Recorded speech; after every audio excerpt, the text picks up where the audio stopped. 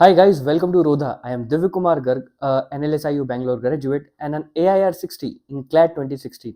आज से exactly 10 CLAT पहले.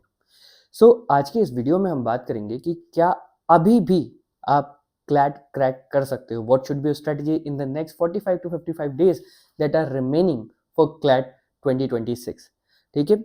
अब देखो, we are at this position where this doubt is very common कि क्या अभी स्टार्ट करने से CLAT हो सकता है, और अगर अभी स्टार्ट कर दिया है लेकिन बहुत अच्छे से प्रिपरेशन नहीं करी है, so what should be our strategy and what is the most effective way to prepare for CLAT in the remaining 45 to 55 days. This is what we will discuss in this video. चलिए तो शुरू करते हैं इस class की. सबसे पहले ना एक चीज जो आज ही आपको ध्यान रखनी होगी कि अगर आप क्लैट की प्रिपरेशन कर रहे हो और आपका फोकस है सिलेबस कंप्लीट करने पर, तो you have to stop it right now. Stop finishing your syllabus. Now I'm not saying that you stop studying altogether. I'm saying कि कई सारे स्टूडेंट्स का माइंडसेट होता है कि आज हम बहुत थोड़े दिन लगा लेते हैं और सिलेबस कंप्लीट कर लेते हैं, क्योंकि एक बार सिलेबस कंप्लीट हो गया तब हम मॉक देना शुरू करेंगे, तब हम प्रैक्टिस करना शुरू करेंगे. एंड रिमेंबर, आज से आपके पहले कई सारे क्लैट एस्पिरेंट्स आके गए हैं जिनका सिलेबस कभी कंप्लीट नहीं हुआ था. और सिलेबस कंप्लीट होना ना एक तरह का मिथ है जो हमको कभी भी फील नहीं होता है. इसलिए because we will never feel ready enough, we need to start practising now. तो हम आज ही से प्रैक्टिस शुरू करेंगे और आज ही से मॉक देना शुरू करेंगे. आज तो काफ़ी रात हो गई है, तो शायद कल से हम मॉक देना शुरू कर देंगे. ठीक है. तो क्या होना चाहिए आपका 45 डेज गेम प्लान. ठीक है. आपको मॉक्स इमीडिएटली शुरू करने होंगे. अक्टूबर में हम एक नियम बना सकते हैं that we will be giving 2 mocks per week. तो आइडेंटिफाई योर मॉक डेज. अगर आप ऑलरेडी संडे को मॉक दे रहे हो तो your mock days can be Wednesday and Sunday, और your mock days can be, let's say you are starting tomorrow, तो ट्यूसडे एंड फ्राइडेज. तो you need to have 2 mock days per week from October. And when we will enter the month of November, we will be giving 1 mock every second day.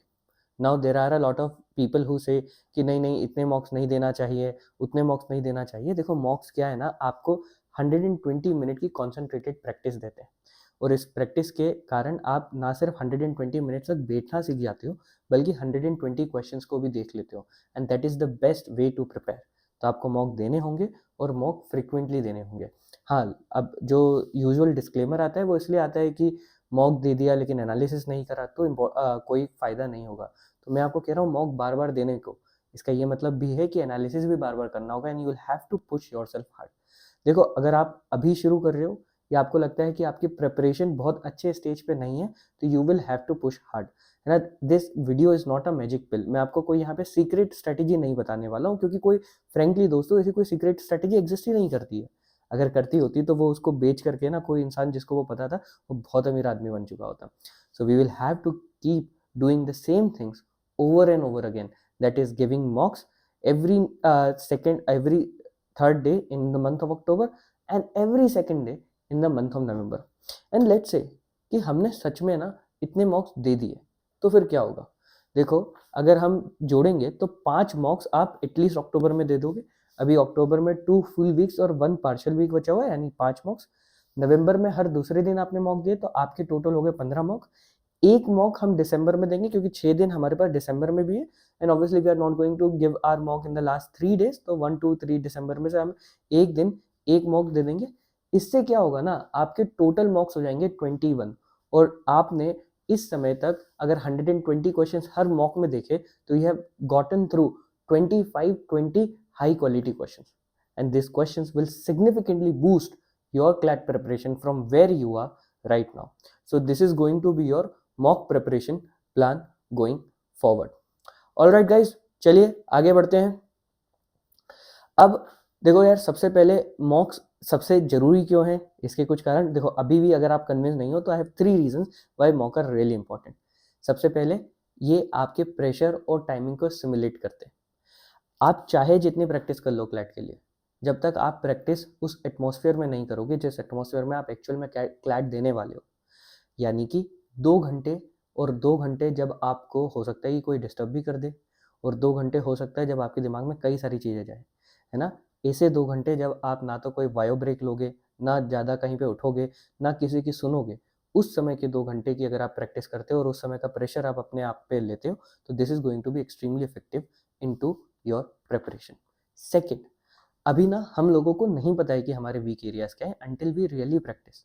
क्योंकि concept हमने पढ़ा, हमको easy लगा, हमको difficult लगा, लेकिन क्या है कॉन्सेप्ट इजी लगना डिफिकल्ट लगना ही सच में हमको बता सकता है कि वो इजी है या डिफिकल्ट है? नहीं, आपको तभी पता चलेगा जब आप उसकी प्रैक्टिस करोगे। क्योंकि जब आप प्रैक्टिस करोगे you will actually get to know कि जो कॉन्सेप्ट आपको इजी लग रहा था, जब वो क्वेश्चन की फॉर्म में आया तब आप उसको सच में सॉल्व कर पाए या नहीं कर पाए, या जब वो जो क्वेश्चन आपको कॉन्सेप्ट आपको डिफिकल्ट लग रहा था उसका क्वेश्चन तो आपसे हो गया क्योंकि आप बेफालतू में उसकी ज़्यादा टेंशन ले रहे थे। तो एक्चुअल में आपके वीक एरियाज क्या है, एक्चुअल में आपकी पर्सनलाइज प्रैक्टिस कैसे होगी, वो आपको मॉक बताएंगे। क्योंकि हो सकता है कि प्रैक्टिस करते दौरान आप उसको फिर भी सॉल्व कर लो, लेकिन मॉक देते दौरान जब आपको एक्चुअल में वो प्रेशर होगा ना, जो प्रेशर आप एक्चुअल में क्लैट में फील करने वाले हो, तब आपकी सही प्रिपरेशन का लेवल आपको समझ में आएगा। और तीसरी चीज़ जो कि है converting your syllabus into task. मैंने इस वीडियो की शुरुआत करी थी by telling you that you should not run behind completing your syllabus, right? You remember this है ना? अभी कुछ 5 मिनट पहले ही मैंने ये बात बोली थी आपको ना। लेकिन कंप्लीट नहीं करना है इसका मतलब नहीं कि पढ़ाई करना छोड़ देना है। इसका ये मतलब है कि हमको समझना है कि सिलेबस में वो कौन कौन सी चीज़ें हैं जो हमको करने की सबसे ज़्यादा ज़रूरत है, और मॉक्स आपको देंगे वो टॉपिक्स टू कवर। और कैसे देंगे ये मैं आपको आगे बताने वाला हूँ, बट एसेंशियली मॉक्स में आपको आइडेंटिफाई होगा आपके वीक एरिया, और उसको हम फोकस प्रैक्टिस से रिजॉल्व करेंगे। And this is going to be your recipe for success for the next 45 days. Okay, moving on, अगले उस पर चलते हैं और देखते हैं कि कैसे हम एनालिसिस करेंगे। तो दोस्तों, जब भी आप मॉक देते हो ना, मॉक के स्कोर आपका सिर्फ एक्चुअल स्कोर नहीं होता है ना? मेरे हिसाब से मॉक में आपके पास 3 स्कोर्स होते हैं। एक ऑब्वियसली आपका एक्चुअल स्कोर जो आपने स्कोर किया, जैसे कि अगर आपने मॉक दिया 120 मार्क्स का था और आपका कुछ 50-60 में स्कोर आ रहा है। मैं बहुत सारी कमेंट्स पढ़ता हूँ, अलग अलग फोरम्स पे जाके देखता हूँ, this is the normal common range जो मोस्ट स्टूडेंट्स बोलते हैं कि हमारे स्कोर ना 50-60 पे स्टक है। कुछ लोगों का अभी तक का top score 50-60, but that is just your actual score. The second thing is your potential score. अब ये पोटेंशियल स्कोर क्या होता है? जब भी आप कोई मॉक दो, आप ना वहाँ पर उस मॉक में एनालिसिस करना कि एक्चुअल में आप जब ये सारी सिली मिस्टेक जो आपने उस मॉक में की है, वो सारे क्वेश्चन जो एक्चुअल में आपको आते थे लेकिन टाइम प्रेशर के कारण आप अटेम्प्ट नहीं कर पाए, अगर वो सारे सही अटेम्प्ट कर दिए होते, वो सारी सिली मिस्टेक्स नहीं की होती, तो आपका सच में स्कोर क्या बनता? And that is your potential score. वो पोटेंशियल स्कोर अगर आपका सही माइंडसेट होता और स्पीड आपकी थोड़ी सी ज़्यादा होती, तो वो तो आप एक्चुअल में लेकर आ सकते थे इस पर्टिकुलर मॉक में। That is your second score. और तीसरा स्कोर होता है दोस्तों, which is your true potential score. ना ट्रू पोटेंशियल स्कोर वो स्कोर होता है कि अभी भी कुछ कॉन्सेप्ट है जो आपको नहीं आते है ना, लेकिन उसमें से कुछ कॉन्सेप्ट है जो आपने थोड़े कहीं देखे हैं या आपको उनकी थोड़ी इंक्लिंग है, या अगर ये दोनों भी नहीं है तो आप थोड़ी ही प्रैक्टिस करके या थोड़ा ही उस पर काम करके आप उस कॉन्सेप्ट को सीख सकते हो और उस तरह के क्वेश्चंस को कर सकते हो, and that then becomes your true potential score. तो हमारे लिए अगले 45 डेज, अगले 55 डेज में हम क्या करने वाले हैं? हम एक्चुअल स्कोर से पोटेंशियल स्कोर पे जाएंगे और पोटेंशियल स्कोर से हमारे ट्रू पोटेंशियल स्कोर तक जाएंगे। And trust me when I say this, the true potential score for each one of you is at least 100। अब आप सबका 100 स्कोर है ना? जस्ट कि अगले आप 45 डेज 55 डेज में कितनी फोकस प्रैक्टिस करते हो, कितने अच्छे से रिविजन करते हो, विच विल डिटरमाइन कि आप एक्चुअल से पोटेंशियल पे जा पा रहे हो या अपने ट्रू पोटेंशियल पर जा पा रहे हो। ठीक है, तो सबसे पहले देख लेते हैं कि पोटेंशियल को मार्क्स में कैसे कन्वर्ट करें, है ना? तो एक्चुअल पोटेंशियल, आप पोटेंशियल से पोटेंशियल को एक्चुअल में कैसे कन्वर्ट करेंगे?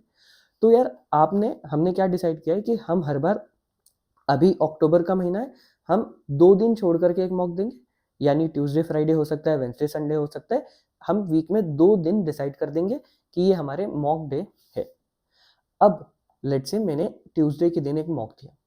ट्यूसडे के दिन जब मैंने मॉक दिया, तो मॉक देने के बाद मैंने जब एनालिसिस किया, और मैं एनालिसिस हमेशा इमीडिएटली करूंगा, इट इज़ वेरी इंपॉर्टेंट है ना गाइज? अगर आप अपना एनालिसिस इमीडिएटली नहीं कर रहे हो, आप इंतजार कर रहे हो 2 दिन का, तो आप बहुत सारी चीज़ें भूल चुके हो, and it is not going to be very effective. तो always do your analysis as immediately as possible. If you want to take a break after taking a mock, take a break for at max 1 hour, but then come back and do your analysis. तो let's say आपने mock दिया, mock देने के बाद आपको ये समझ में आया कि आपका पोटेंशियल स्कोर ना, आपका एक्चुअल स्कोर तो 50 था लेकिन पोटेंशियल स्कोर 70 था। अब 70 क्यों था? क्योंकि 20 मार्क्स ऐसे थे जहां पर आपने या तो कोई सिली मिस्टेक कर दी या सिली मिस्टेक नहीं करी, तो आपको वो टॉपिक आता था या वो पैसेज आप कर सकते थे, लेकिन टाइम का प्रेशर रहा और आप उसको नहीं अटेम्प्ट कर पाए। ठीक है, this is our potential score. अब आप क्या करोगे, उसको आपने देख लिया, उन क्वेश्चंस को आपने पढ़ लिया, आपने समझ लिया। नेक्स्ट मॉक डे के पहले, तो लेट्स से अब मेरा नेक्स्ट मॉक डे कब है, फ्राइडे को आ रहा है। फ्राइडे को I have decided that I am going to give my mock in the CLAT window, मतलब 3 से 5 में मैं मॉक देने वाला हूँ। अब ऐसे में मैं क्या करूँगा, मैं 11:30-12 बजे बैठ जाऊँगा और अपने जो पोटेंशियल वाले मार्क्स थे ना, जो सिली मिस्टेक्स थी, जो अनअटेम्प्टेड क्वेश्चन थे, उनको वापस करूँगा। हाँ, अभी मैंने 3 दिन पहले ही उनको पढ़ा है, लेकिन अब मैं उनको वापस करूँगा। अब इससे क्या होगा, देखो 2 चीज़ें होंगी। एक, आपकी सिली मिस्टेक्स ना आपको याद आ जाएगी, और जब हमको हमारी कोई मिस्टेक्स गिनाता है, बड़ा बुरा लगता है। तो अब क्योंकि आप अपनी मिस्टेक्स को वापस एक बार रिवाइज कर रहे होंगे, तो ये एक्चुअल में आपकी मिस्टेक्स थी, है ना? और इनको आपने एक दिन तो मॉक वाले दिन रिवाइज करा था, अब नेक्स्ट मॉक डे पे भी आप रिवाइज कर रहे हो, तो the chances of you doing this mistake significantly reduces. I keep saying one thing कि क्लैट ना is a game of 2000 mistakes. Her CLAT aspirant 2000 unique type की मिस्टेक्स क्लैट में कर सकता है। और अब बेस्ट वे जो होती है ना उस मिस्टेक को अवॉइड करने की, वो होती है कि आप उस मिस्टेक को पहले ही कर दो। The best way of avoiding a mistake is to commit it before. आप क्लैट वाले दिन कुछ मिस्टेक्स करने वाले हो, अगर आप उनको पहले ही कर लोगे और उनसे सीख लोगे, उनको रिवाइज कर लोगे, तो you are not going to do those mistakes again. तो मिस्टेक से डरना नहीं है, सिली मिस्टेक्स हुई कोई बात नहीं यार, है ना, हम उनको सीखेंगे, एक दिन वापस से रिवाइज करेंगे, मतलब खुद अपने जख्मों पे नमक रगड़ेंगे, और फिर देखेंगे कि कैसे वो मिस्टेक्स हमारे लिए हमेशा के लिए खत्म हो जाती है। और इस तरह से कम, क्योंकि हमने वो चीज़ें वापस कर ली है, तो हमारा स्कोर ना, जो एक्चुअल स्कोर था, वो पोटेंशियल स्कोर के काफ़ी नज़दीक आएगा, आप इसको देखोगे। ठीक है, so this is what we are going to do. चलिए, what is the next thing. अब हमको क्या करना है ना, हमारा ट्रू पोटेंशियल बढ़ाना है, यानी कि हम एक्चुअल से पोटेंशियल तक तो आ गए, या पोटेंशियल के करीब आ गए। देखो अभी भी पूरी तरह से पोटेंशियल तक नहीं आ पाएंगे, क्योंकि ऑब्वियसली स्पीड इतनी जल्दी इंप्रूव नहीं होती है, और हमारे पोटेंशियल में ये भी कुछ क्वेश्चन है जिनको हम अटेम्प्ट नहीं कर पाए थे because of speed, and that problem will remain and it will go away slowly as we keep doing more and more mocks, keep doing more and more time practice, and that is something that builds gradually. ठीक है, अब आते हैं हमारे true potential पे, यानी कि वो कॉन्सेप्ट्स जो हमको अगर आते या उनको हमने देखा था, और अगर हम उनको सीख जाते इस मॉक के पहले, तो हम वाकई में कुछ मार्क्स और लेकर के आ सकते थे। तो हर मॉक के एनालिसिस के बाद आप क्या करोगे, आप 3 टॉपिक देखोगे जो आपको सच में नहीं आते थे, है ना, और अब आप उनमें एनालिसिस करोगे कि क्या ये टॉपिक आप बार बार गलत करते हो। अब ये टॉपिक कैसे होंगे, क्लैट में तो कोई सिलेबस होता नहीं है, तो आप देखो जीके में, या तो वो आप क्या करो कि जीके में जितने टॉपिक्स आपको नहीं आते थे, वो सारे 1 घंटे में आप रिवाइज कर लो। डीआई का सेट हो सकता है, उसमें से हो सकता है कि कोई मैथ का कॉन्सेप्ट था जो आपको नहीं आता था, उसको आप रिवाइज कर लो। ठीक है, या फिर लीगल में आप देख सकते हो कि कोई स्टैटिक लीगल का टॉपिक था, या कोई लीगल करंट अफेयर्स था, या इंग्लिश या सीआर में कोई क्वेश्चन स्टेम थी जो आपकी बार बार गलत हो रही है। आप क्या करोगे, एक मॉक के बाद सिर्फ 3 ऐसी चीज़ों को पिक करोगे, है ना, उसमें से जनरली एक तो हमेशा जीके के टॉपिक्स ही होंगे, क्योंकि हर बार मॉक में आप कुछ ऐसे टॉपिक्स एनकाउंटर करने वाले हो जो आपको नहीं आते हैं, और बाकी 2 चीज़ें आप और पिक करोगे, और उन पे 1 घंटे का quality distraction free high quality focus session करोगे।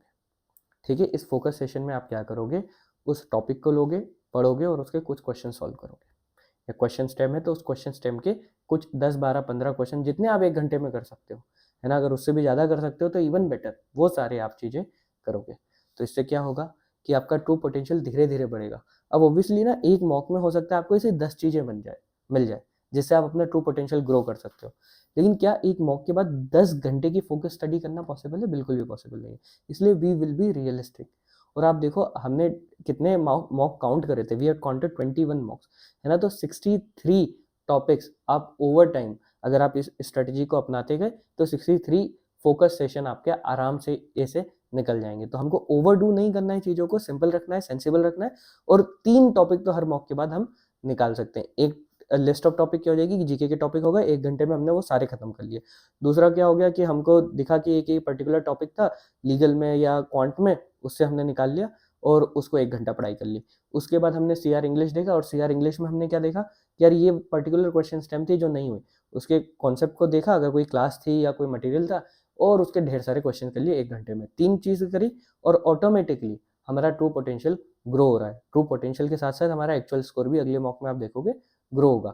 अब ये क्यों करना जरूरी है? देखो, एक तो ना इसकी कोई आपको ये करवा नहीं सकता, क्योंकि ये हर इंसान के लिए अलग होगी। and this is something that you will have to do alone, but it will be highly personalized. ठीक है, चलिए, अच्छा, by the way, I have an announcement to make. ठीक है, समथिंग इज हैपनिंग एट उर्दा. We are building something that will significantly transform your CLAT prep.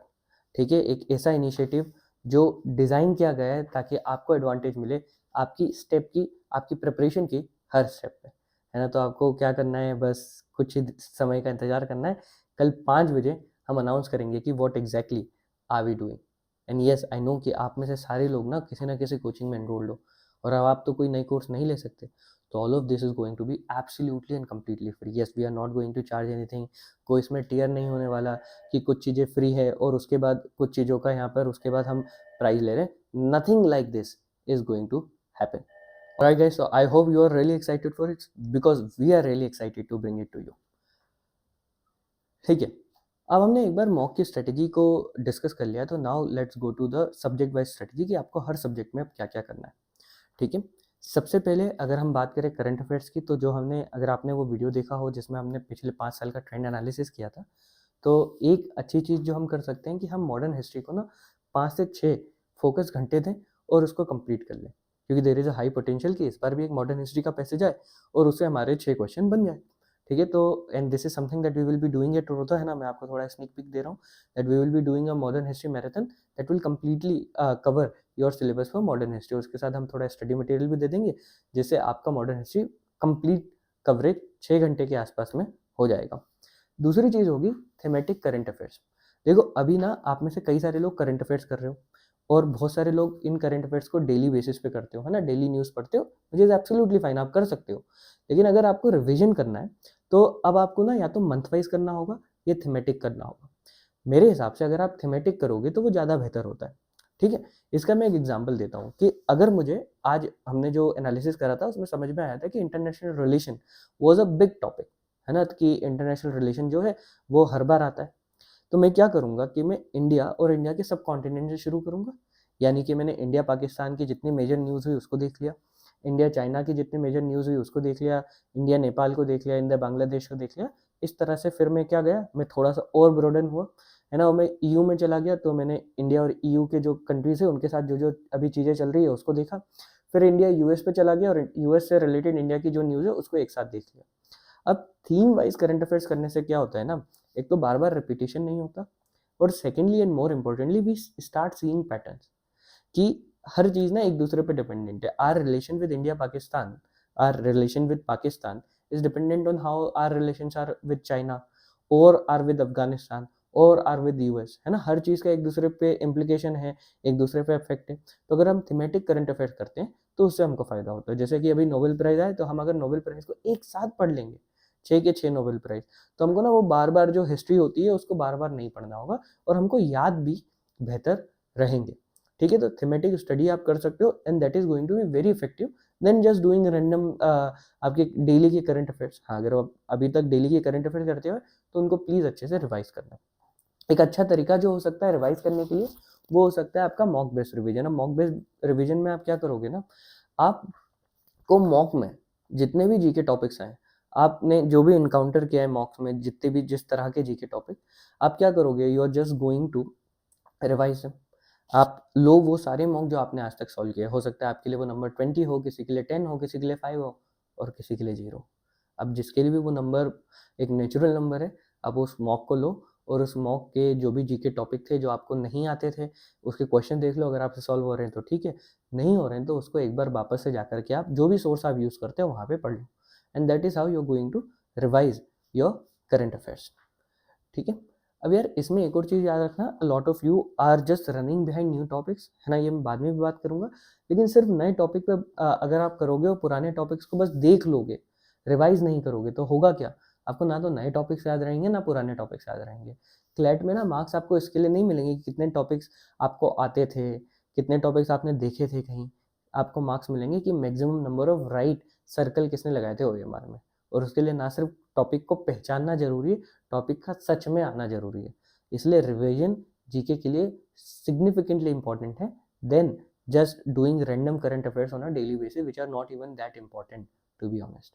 ठीक है, हमने क्या जीके का पैटर्न रहा है उसको पिछले वीडियो में बात करी, तो वो भी आप एक बार देखना, तो आपको समझ में आएगा कि एक बड़ी मिस्टेक जीके के पीछे भाग करके स्टूडेंट्स क्या कर रहे हैं। ठीक है, मूविंग ऑन सेकंड, अब इंग्लिश रीडिंग कॉम्प्रिहेंशन के लिए हमारा प्लान क्या हो सकता है।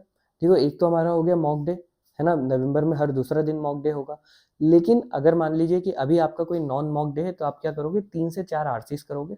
ठीक है, और इसको किस तरह से करोगे, सबसे पहले एक आरसी लोगे, उसको एग्जाम कंडीशन में सॉल्व करोगे, यानी कि अगर एक आरसी में 6 क्वेश्चंस आते हैं तो आप लगभग 6 मिनट दो अपने आप को उसको सॉल्व करने के लिए। 6 मिनट से ज़्यादा नहीं, क्योंकि क्या हो रहा है, क्लैट के एग्जाम में हम देख रहे हैं 1 मिनट पर क्वेश्चन हमको मिल रहा है, तो विल बी गिविंग 6 मिनट और at best 7 minute for each RC. ठीक है, इससे हमारी स्पीड बढ़ेगी, इससे हम वो प्रेशर को सिमुलेट कर पाएंगे। और इमीडिएटली उसके बाद what are we going to do, we are going to do a deep analysis framework मैंने आपके साथ पिछले वीडियो में शेयर किया था। आगे भी कुछ क्लासेस होगी जहाँ पे कोई एक एक्सपर्ट फैकल्टी आ रही है जो भी आपको एनालिसिस कैसे करना है वो सारी चीज़ें आपको बताएगी। आपको यहाँ पे कुछ क्वेश्चंस अपने आप से पूछने होंगे कि क्या आपको पैसे समझ में आया, क्या आपको क्वेश्चन समझ में आया, क्या जो आपने आंसर मार्क किया था वो आपने जो सोच करके मार्क किया था वो सही था या गलत हो गया, तो what was the second best answer. ठीक है, और इसके बाद हर पैसेज से आपको एक्सट्रैक्ट करने हैं कुछ वोकैबुलरी के वर्ड्स जो कि आपको नहीं आते थे। अगर आप ये करने लगे तो इवेंचुअली विल रियलाइज कि अगर आपको 3-4 वोकैबुलरी के वर्ड हर पैसेज से मिलने लगे और आप दिन के क्रिटिकल रीजनिंग, इंग्लिश, लीगल मिला करके 10-12 पैसेज कर रहे हो और आपके पास हर दिन 30 नए वर्ड्स आ रहे हैं, है ना, तो आपके पास नहीं करके 1200-1300 वर्ड्स हो जाएंगे by the end of your CLAT preparation. और इसमें मैं मॉक के तो वर्ड जोड़ ही नहीं रहा हूँ, है ना, तो this are going to be extremely effective. अब इन वर्ड्स को क्या हमको कॉपी में लिखना है, मुझे तो बिल्कुल, मैं एक आलसी इंसान हूँ, कॉपी वगैरह पे मैं नहीं लिख पाता हूँ। तो जनरली एक चीज़ आप कर सकते हो कि आप ना एक मोबाइल पे कई सारे डिक्शनरी के ऐप आते हैं, आप उनको इंस्टॉल कर लो या अपने लैपटॉप पे इंस्टॉल कर लो वो ऐप को। ठीक है, और उसमें बुक मार्क का ऑप्शन आता है, तो जब भी आप कोई वर्ड देखोगे जिसका मीनिंग आपने देखा है, आप उसको बुक मार्क कर लोगे। And when you will book mark them, कभी कभी कुछ समय बनाओ और अपने उन बुक मार्क्स को बार बार देखने की आदत डालो, जिससे आप वो वोकैब के वर्ड्स रिवाइज करते जाओगे। ठीक है, गैप एनालिसिस करोगे और अपने वोकैब बैंक को आप अच्छे से अगर बिल्ड कर लोगे तो you are going to ace your English section over time. ठीक है, मूविंग ऑन, अगर हम देखें कि इंग्लिश के बाद अगर हम क्रिटिकल रीजनिंग करते हैं तो क्रिटिकल रीजनिंग भी ना लगभग हमारा सेम रहने वाला है। हम नॉन मॉक बेस पे 3 से 4 आरसी के पैसेज, सीआर के पैसेजेस करेंगे, उसी टाइम के हिसाब से करेंगे। और साथ ही में यहाँ पे हम एक्स्ट्रा चीज़ करेंगे which is stem specific practice, यानी कि अगर आपको अपने 3-4 पैसेज करने के बाद ये रियलाइज होता है कि किसी पर्टिकुलर स्टेम में आप वीक हो, है ना, जैसे अजम्पशन, इन्फरेंस, स्ट्रेंथन, वीकन, तो आप उसका कॉन्सेप्ट एक बार वापस से रिवाइज कर लोगे। आपने कोई क्लास करी होगी उस कॉन्सेप्ट की या आपने कोई स्टडी मटेरियल पढ़ा होगा, है ना, और उसके बाद 10 से 12 फोकस्ड क्वेश्चन आप उस स्टेम के कर लोगे। जब आप 10 से 12 फोकस क्वेश्चन कर लोगे ना उस स्टेम के, तो दो ही चीज़ हो सकती है, 70% केसेस में अगली बार वो स्टेम आप गलत नहीं करोगे, क्योंकि आपने उस पर इतना फोकस कर लिया, उसके कॉन्सेप्ट को रिवाइज कर लिया। 30% केस में हो सकता है कि आप उसको गलत कर रहे हो, है वो गलत कर रहे हो, तो ठीक है, मतलब आपका ना वो बहुत ज़्यादा कमज़ोर है, उसमें आपको एक्स्ट्रा प्रैक्टिस चाहिए। और नेक्स्ट टाइम अगर आप सेम गलती कर रहे हो 30% टाइम्स पे, तो what you going to do, you going to do 10 questions again. अब इसमें हो सकता है कि कोई पर्टिकुलर स्टेप में आप ना ये 10 क्वेश्चन बार बार कर रहे हो, और ये ठीक भी तो है, वो आपका बहुत ज़्यादा कमज़ोर है, उसमें बार बार वो गलती कर रहे हो, तो बार बार प्रैक्टिस कर रहे हो, तो this is as personalize as it can get, है ना, but you will have to take that feedback from your own practice कि वो क्या चीज़ है जिस पे आपको फोकस करना चाहिए। कई सारी बार ना बहुत सारे स्टूडेंट्स आते हैं और वो पूछते हैं कि हमको हाई यील्डिंग चीज़ें बता दो, हमको बता दो कि किन चीज़ों पर हम फोकस करें, and the answer is really different for everyone, and the only way you can get that answer is by taking that feedback from your own practice. चलो अब लीगल रीजनिंग पे बात कर लेते हैं। लीगल रीजनिंग के लिए क्या करोगे, वही सेम ड्रिल, पैसेजेस को अच्छे से सॉल्व करोगे। पैसेज सॉल्व करने के बाद जब क्वेश्चंस आपके सॉल्व हो गए, कुछ सही होंगे कुछ गलत होंगे, तो आप ये देखोगे कि क्या जो ये पैसेज में कॉन्सेप्ट आया था वो आपको आता था या नहीं आता था, है ना। अब दो ही तरह के कॉन्सेप्ट हो सकते हैं, या तो स्टैटिक लीगल कॉन्सेप्ट होंगे या लीगल करंट अफेयर्स के होंगे। अगर वो स्टैटिक लीगल के कॉन्सेप्ट है तो आप उनको रिवाइज कर लो भाई, है ना, कॉन्स्टिट्यूशन है, टॉर्ट है, कॉन्ट्रैक्ट है, क्रिमिनल लॉ है। वैसे तो ये बहुत कम आते हैं, लेकिन एक बार आप उनको रिवाइज कर लो उस कॉन्सेप्ट को, उसकी कोई आपने लेक्चर देखा होगा, उसके कोई नोट्स बनाए होंगे या उसका कोई स्टडी मटेरियल होगा, वहाँ से उस कॉन्सेप्ट को उस समय के लिए पढ़ लो। क्योंकि जब आपने उस क्वेश्चन को गलत करा हो तभी आप उसको रिवाइज करोगे ना, तो यू विल रियलाइज कि आपका रिटेंशन बहुत ज़्यादा अच्छा हो जाता है। और उसके बाद आप क्या करोगे कि अगर मान लो ये लीगल करंट अफेयर्स का था, तो हमने पिछले वीडियो में ना एक लॉ एनालिसिस फ्रेमवर्क शेयर किया था आपके साथ। आप उसमें उस लीगल करंट अफेयर्स को एनालाइज कर लो। एक बार आपने लॉ एनालिसिस फ्रेमवर्क लगा लिया उस करंट अफेयर पे, लीगल करंट अफेयर पे, तो you will remember that current affair for always. ठीक है, तो इसके लिए आपको क्या करना है, लीगल रीजनिंग के लिए पैसेज सॉल्व करो, अंडरस्टैंडिंग चेक करो, कॉन्सेप्ट अगर रिवाइज करना है तो रिवाइज कर लो, और लीगल करंट अफेयर्स यहाँ पे है तो लॉ एनालिसिस फ्रेमवर्क लगा लो। बस 4 स्टेप प्रोसेस है, आपका लीगल हो जाएगा। तो लास्ट सब्जेक्ट पे आ गए हम, क्वांटिटेटिव टेक्निक DI। ठीक है, अब ये एक जगह है जहाँ पे सच में हमको कॉन्सेप्ट आने चाहिए। अगर बाकी सब्जेक्ट में कॉन्सेप्ट नहीं भी आते ना तो कुछ ना कुछ तो हम बना लेंगे, यहाँ पे थोड़ी गड़बड़ हो जाती है। तो यहाँ पे आपकी प्रैक्टिस के 2 रूट हो सकते हैं, या तो आप कॉन्सेप्ट वाइज जा सकते हो या फिर आप सेट पहले कर सकते हो। अब इसके लिए आपको क्या करना है, अगर आप कॉन्सेप्ट वाइज जाओगे तो आप पिकअप करो एक एक करके कॉन्सेप्ट, है ना। रेशियोज पिक करा, परसेंटेज पिक करा, अरिथमेटिक पिक करा, डेटा के सेट्स, बार ग्राफ, ये सारे आपने पिक करे, कॉन्सेप्ट पढ़ा और उनकी थोड़ी सी प्रैक्टिस कर ली। मतलब कि 10 से 15 या 50 स्टैंड अलोन क्वेश्चन और उसके बाद कुछ सेट्स। एक तरीका ये हो सकता है। दूसरा हो सकता है कि नहीं, अभी इतना समय नहीं है, हमने थोड़ी पढ़ाई करी है, थोड़ा सा हमारा सिलेबस कंप्लीट है, तो हम सेट फर्स्ट अप्रोच से जाएंगे। सेट फर्स्ट अप्रोच में क्या होगा दोस्तों, कि आप DI के सेट को डायरेक्टली सॉल्व करोगे, कॉन्सेप्ट समझ में आया तो ठीक है, नहीं तो फिर उसका कॉन्सेप्ट पढ़ोगे। तो जैसे जैसे आपको DI का सेट आता जाएगा, जिसका कॉन्सेप्ट आपको नहीं आता, वैसे वैसे आप उसका कॉन्सेप्ट कर लोगे। लेकिन ये मत करना कि आपने DI का सेट पूरी तरह से छोड़ दिया। पिछले बार की कुछ पेपर देखना और उसमें आपको रियलाइज़ होगा कि कुछ सेट्स के क्वेश्चन ना पेपर पैसेज में दिए हुए थे, तो वह आपको पैसेज पढ़ना था, कॉम्प्रहेंशन का ईजी वाले क्वेश्चन थे। और इसके लिए आपको इसको छोड़ने की ज़रूरत नहीं है, बहुत ईजी, बहुत छोटे कैलकुलेशन यहाँ पे आते हैं कैट में।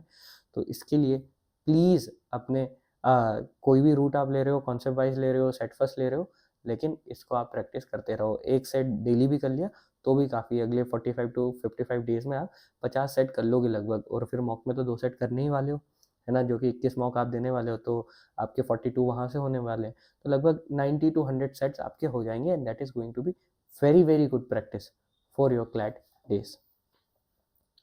ठीक है, अच्छा, अब ना देखो, प्रैक्टिस तो कर ली हमने, सब्जेक्ट वाइज प्लान भी डिस्कस कर लिया।